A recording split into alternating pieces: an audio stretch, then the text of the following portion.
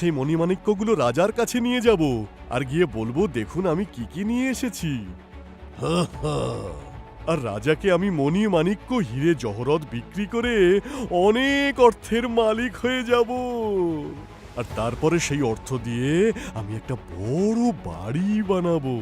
আর সেখানে থাকবে একটা আম গাছ, আর তার নিচে থাকবে একটা সুন্দর ফুলের বাগান, আর তার পাশেই থাকবে একটা পুকুর।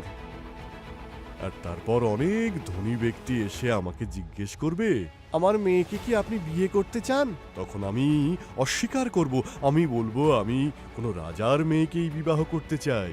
আর তারপরে আমি একজন রাজকন্যাকে বিবাহ করব। তার থাকবে সুন্দর লম্বা চুল আর সুন্দর দুটি চোখ। আর তারপরে আমাদের সুন্দর একটি পুত্র আর কন্যা হবে।